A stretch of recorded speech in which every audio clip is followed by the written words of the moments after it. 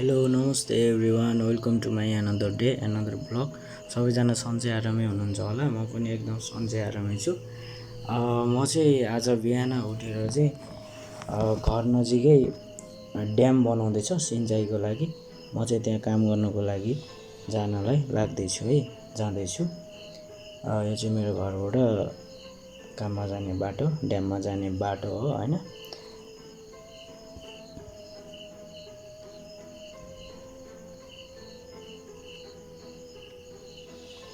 घर नजिकै हो, त्यही भएर यसो अब टाइम पास पनि हुन्छ होइन। अब घरमा बसिराख्नुभन्दा काम गर्नै राम्रो हो होइन। काम चाहिँ गर्नुपर्छ, देशमा भयो नि विदेशमा भयो नि जता भयो पनि छोरा मान्छे भएपछि काम चाहिँ गर्नुपर्छ है।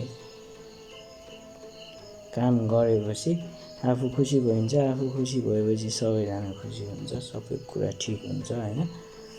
त्यही नै हो। अब आफ्नै गाउँठाउँमा आफ्नै देशमा काम गर्नुको मजा नै छुट्टै छ बाहिरभन्दा।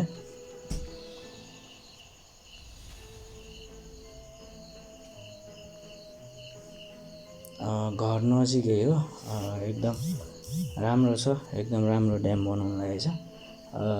देख्न सक्नुहुन्छ बाटोमा लिचीको बोटहरू पनि छ होइन, फुल्दैछ। अब फल्छ पनि केही समयपछि। एकदम राम्रो, एकदम रमाइलो लाग्छ आफ्नै गाउँठाउँमा होइन, आफ्नो देशमा होइन। अहिले धेरै विकास पनि हुँदै गइसकेको छ होइन, पहिला जस्तो छैन, सबै कुराहरूको सुविधा छ। चारैतिर जताततै हरियाली होइन, केही कुराको कमी हुँदैन भनौँ न गाउँमा चाहिँ। बजारतिर त सबै कुरा किन्नुपर्छ, किनेर खानुपर्छ यताउता होइन। तर गाउँमा चाहिँ सबै अर्ग्यानिक खानु पाइन्छ, खाना बस्नुको कुनै टेन्सन हुँदैन आफ्नै घर भएपछि होइन।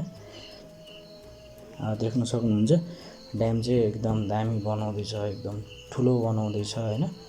यो भिडियो चाहिँ पहिलाको हो, अहिले चाहिँ ड्याम धेरै नै राम्रो बनाइसकेको छ, धेरै नै कामहरू भइसकेको छ। म चाहिँ त्यो हजुरहरूलाई अर्को भिडियोमा देखाउने छु।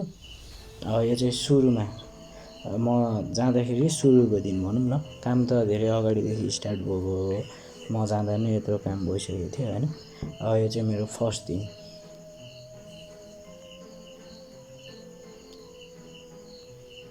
काम गर्ने ठाउँमा पुगेँ, सबैजना आइसक्नु भएको थियो, कामहरू सुरु भइसकेको थियो।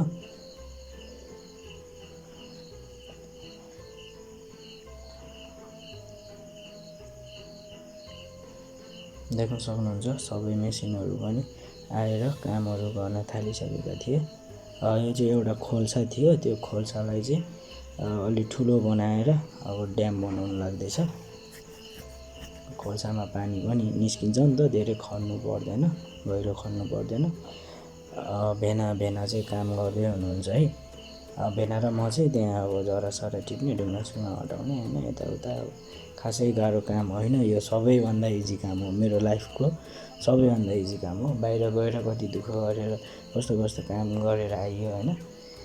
एकदम दामी लाग्छ आफ्नै गाउँठाउँमा, आफ्नै देशमा होइन, आफ्नै घरमा खाना खाएर मम्मीले पकाएको काम गर्नुलाई एकदम मजा लाग्छ, मजा हुन्छ, आनन्द होइन।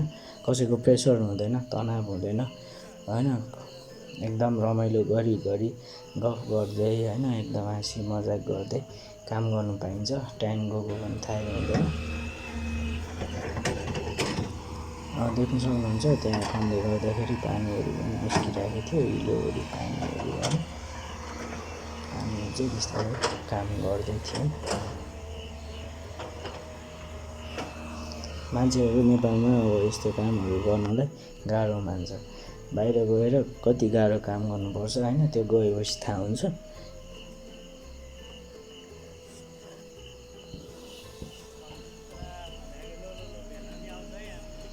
भेनारमा एकदम रमाइलो गर्दै गफसफ गर्दै होइन, जिस्किँदै मजाक गर्दै काम गरिरहेका थियौँ। सबैजना कामहरू गर्दै थिए। देख्न सक्नुहुन्छ एकदम दामी बनाउनु लागिरहेछ, एकदम ठुलो।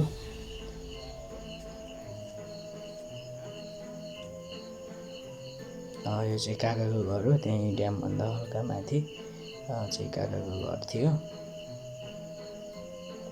देख्न सक्नुहुन्छ जराहरू, त्यो अब डोजरहरूले गरेर माटोमा आएको जराहरू चाहिँ फाल्ने काम हो। काम धेरै इजी, सबभन्दा सजिलो काम मैले लाइफमा भेटेको सबभन्दा यही हो होइन। अब मान्छेहरू अब यस्तो काम गर्नुलाई अब लाज मान्छ होइन, ऊ गर्छ होइन, अनेक गर्छ। तर सबभन्दा सजिलो काम भनेको यही हो होइन। काम गर्नुपर्छ, काम ठुलो सानो हुँदैन, कामलाई माया गर्नुपर्छ। मेरो भनाइ चाहिँ त्यही नै हो।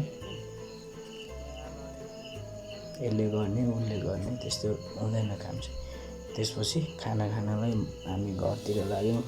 घरमा मासु रहेछ, मासु भात तरकारी दाल होइन, एकदम दामी। मम्मीले बनाउनु भयो पुरा आफ्नै घरमा होइन। खानासाना खाएँ, एकछिन रेस्ट गरेँ, अनि घाम चर्किरहेको थियो, अनि म चाहिँ त्यो टोप ओढेर अनि फेरि कामतिर लागेँ। यो चाहिँ मेरो हजुरबुवाको घर हो। त्यहाँ एकछिन बसेँ, पानीसानी खाएँ। हजुरआमा चाहिँ काम गर्दै हुनुहुन्थ्यो, घर सरसफाइ गर्दै। एकछिन बसेर त्यहाँ हामी गफसफ गरेँ, एकछिन रेस्ट पनि गरेर अहिले टाइम भएको थिएन, खाना खाएपछि एकछिन रेस्ट हुन्छ। अनि त्यसपछि हामी फेरि बिस्तारै हिँड्दै गफ गर्दै होइन बिस्तारै कामतिर लाग्यौँ।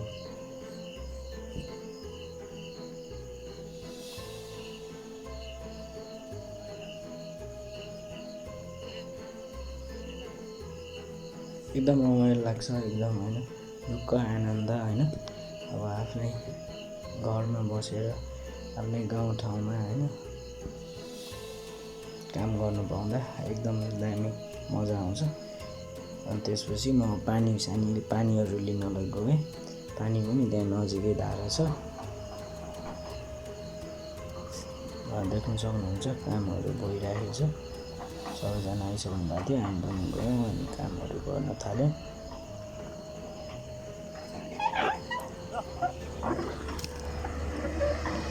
नेपालमा काम गर्नु मजा हुन्छ, आफ्नै काम हुन्छ होइन, प्रेसर हुँदैन, तनाव हुँदैन।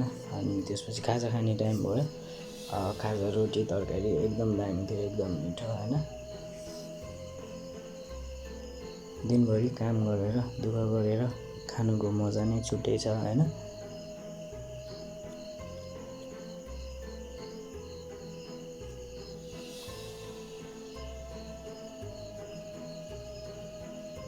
यो चाहिँ अलि पहिलाको भिडियो है। म चाहिँ बिजी भएर चाहिँ भिडियो बनाउन पाएन, अनि त्यही भएर हल्का लेट भयो। देख्न सक्नुहुन्छ यो चाहिँ फुटबल ग्राउन्ड हो। त्यो ड्यामभन्दा माथि चाहिँ फुटबल ग्राउन्ड छ। पहिला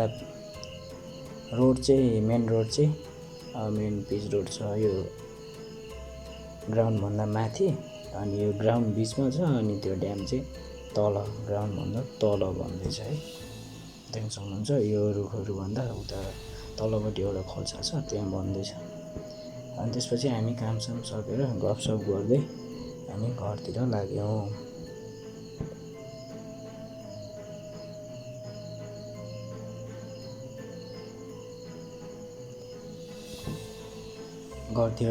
यो चाहिँ घर जाने बाटो हो।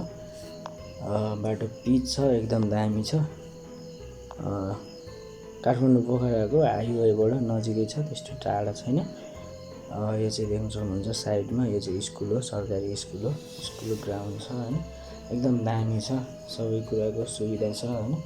अब बाटो राम्रो भएपछि सबै कुराको सुविधा आफै हुन्छ होइन। मेन भनेको बाटो हो। एकदम रमाइलो लाग्छ।